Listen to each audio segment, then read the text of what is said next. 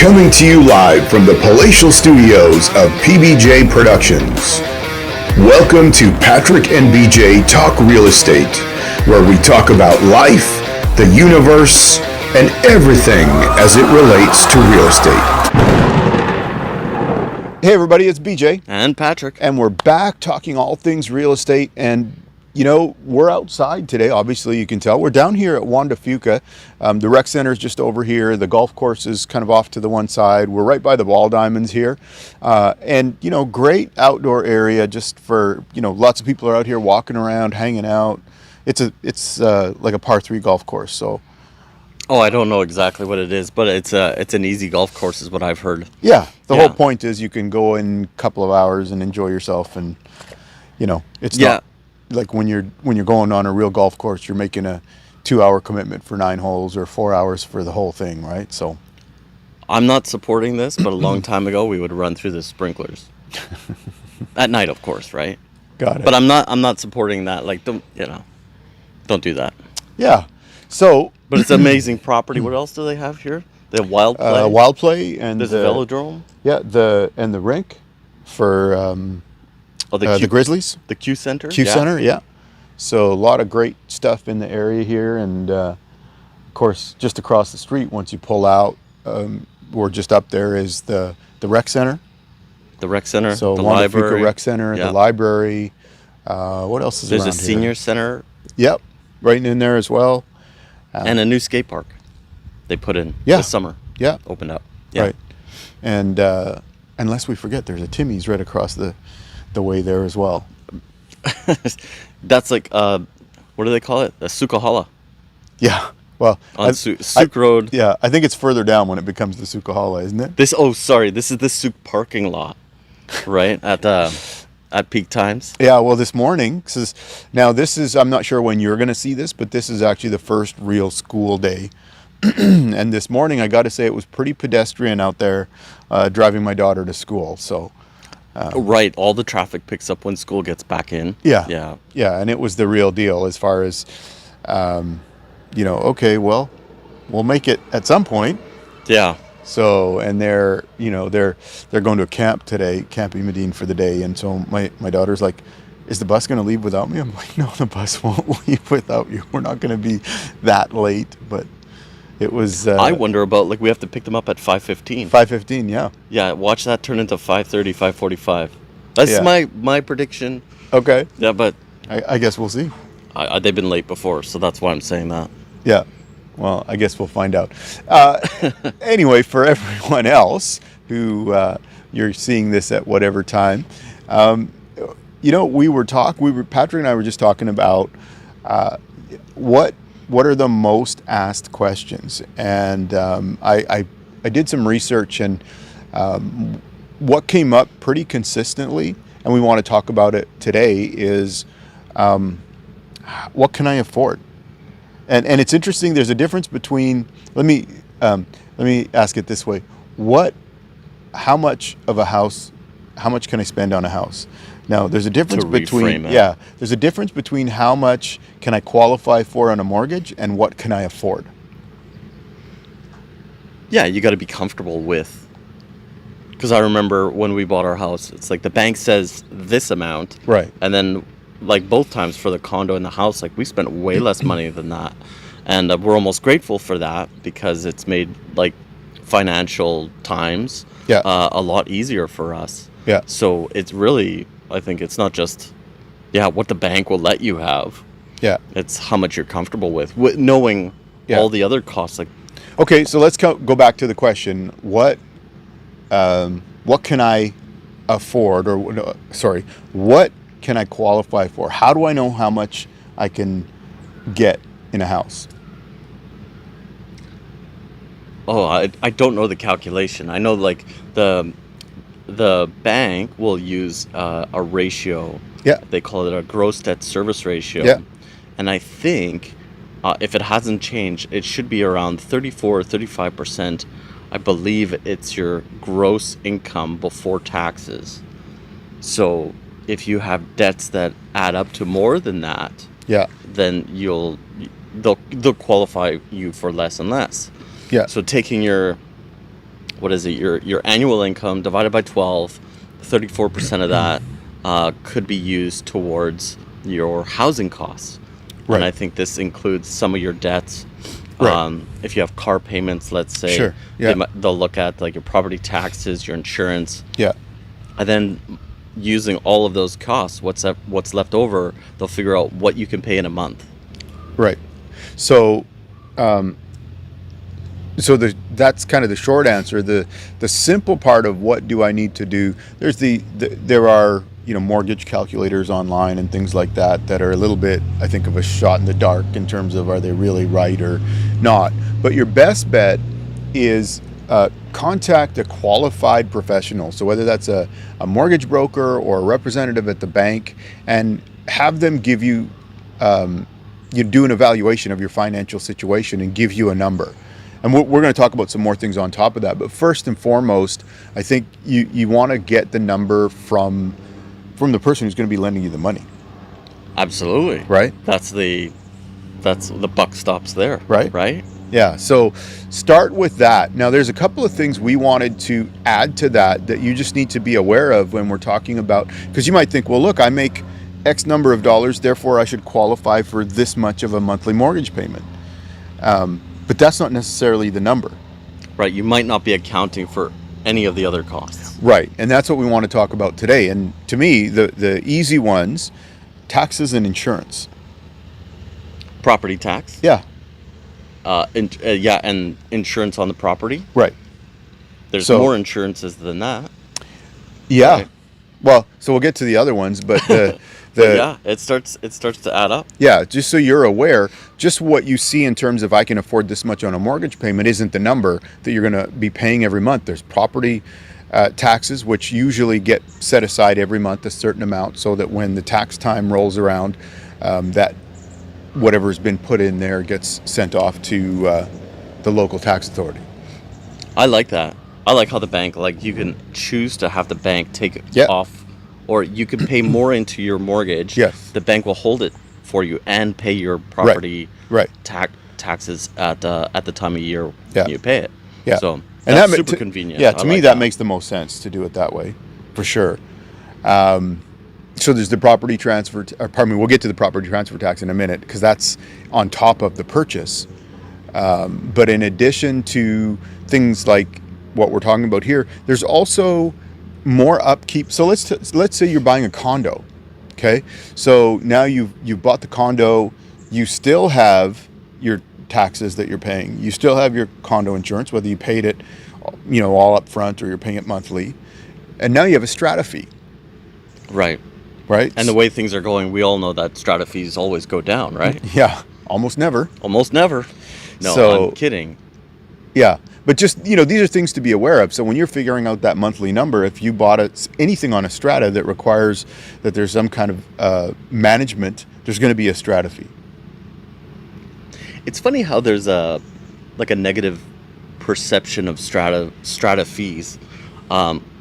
If you have to be paying, I don't know, $300, $500, whatever the case may be, into the strata, into their reserve fund, so they can pay out expenses like the roof, the balcony, all the other common expenses. Yeah. And then when you buy your own house, you don't complain that you don't put aside $500. You're just like, well, I got to pay for the roof, or I got to do a hot water tank. Yeah.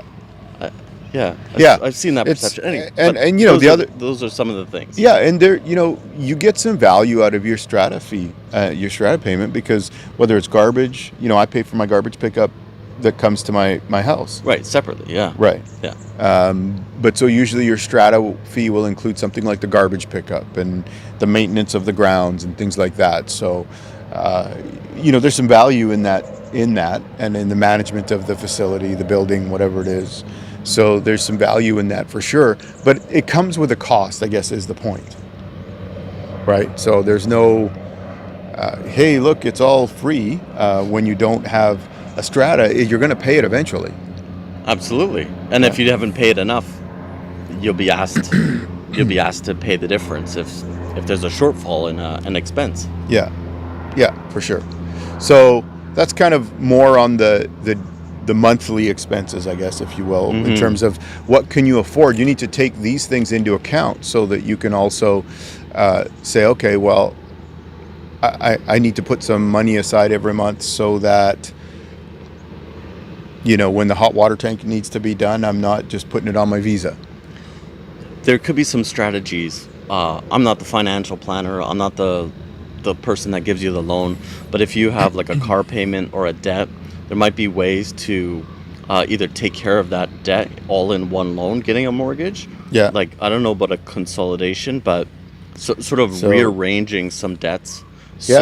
So The thing they about could putting fit into a Sure, but the thing about Like a putting bigger your mortgage. the thing about putting your car on your mortgage is now you're paying for your car for the next 25 years. I think the idea would be paying off the remainders so it releases some of that debt service percentage. Okay. So you can qualify more. Okay. I think that's where not to like wrap it up all into one. Right. Okay. Even though I know so many people that have done it, where they've used their house like a bank account to Yeah. pay for vehicles. Yeah. Even if it's like an interest only, if Like a it's HELOC. Yeah. Yeah. Yeah. Absolutely. Yeah. HELOC. What's a HELOC? Home equity line of credit. Okay, just in case, Yeah, sorry, it's a home equity line of credit, which is essentially a line of credit that's available on the equity in your home. So it's got to be over and above what you owe, Yeah. right? Yeah. Okay, so a couple other things to keep in mind when we're talking about what can you afford.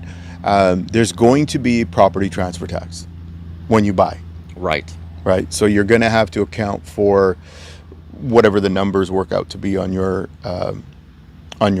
purchase. So, welcome to British Columbia. What does BC stand for? Bring cash. Bring cash. Right. So, some of the other provinces don't have this kind of tax. Right. Or maybe not to the extent.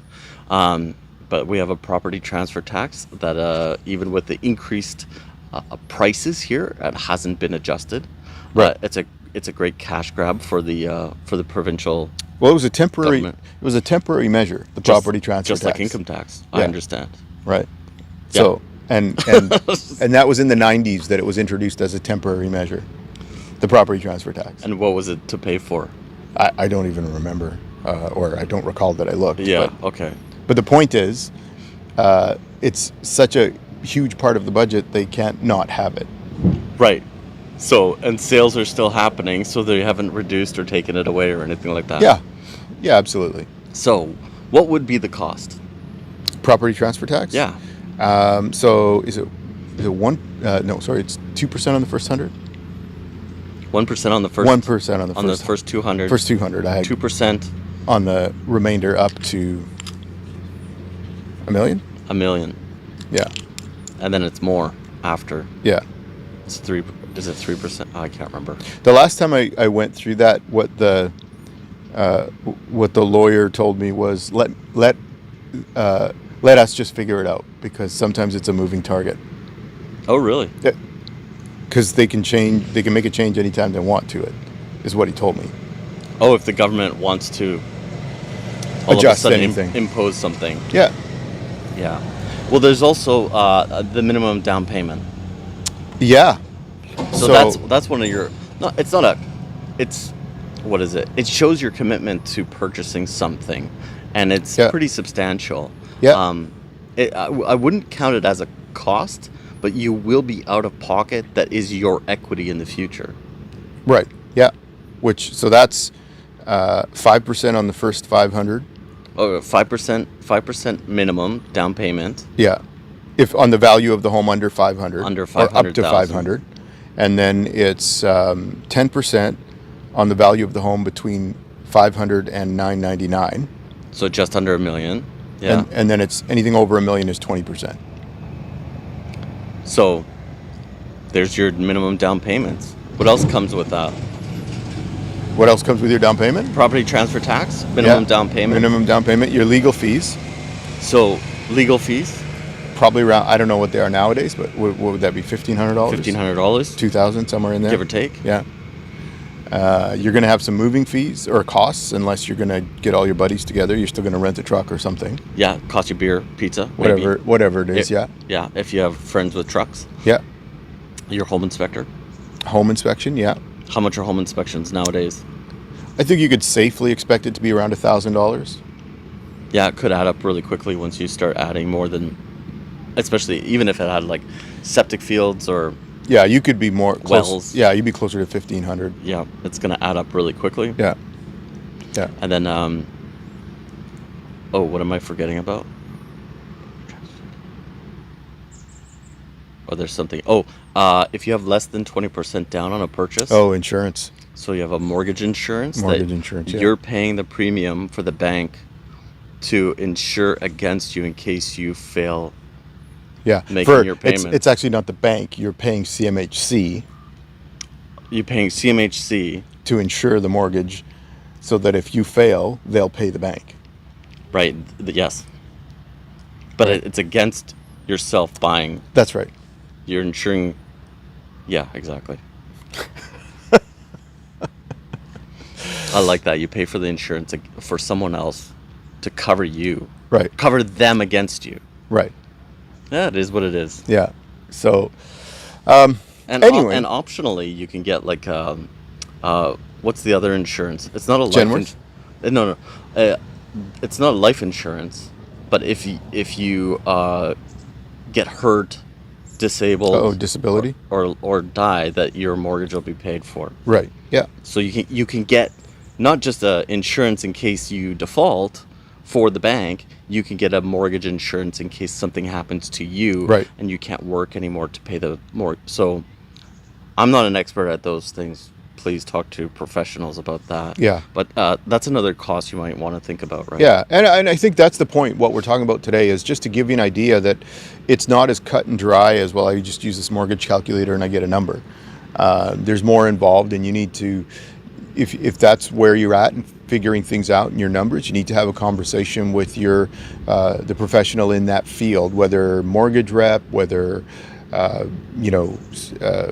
whoever at the bank that you deal with, or wherever you have a relationship with a lender, and find out what that looks like. And then there's, then you could start filling in the blocks and filling in the gaps of what's next and what are my next steps and how do I proceed.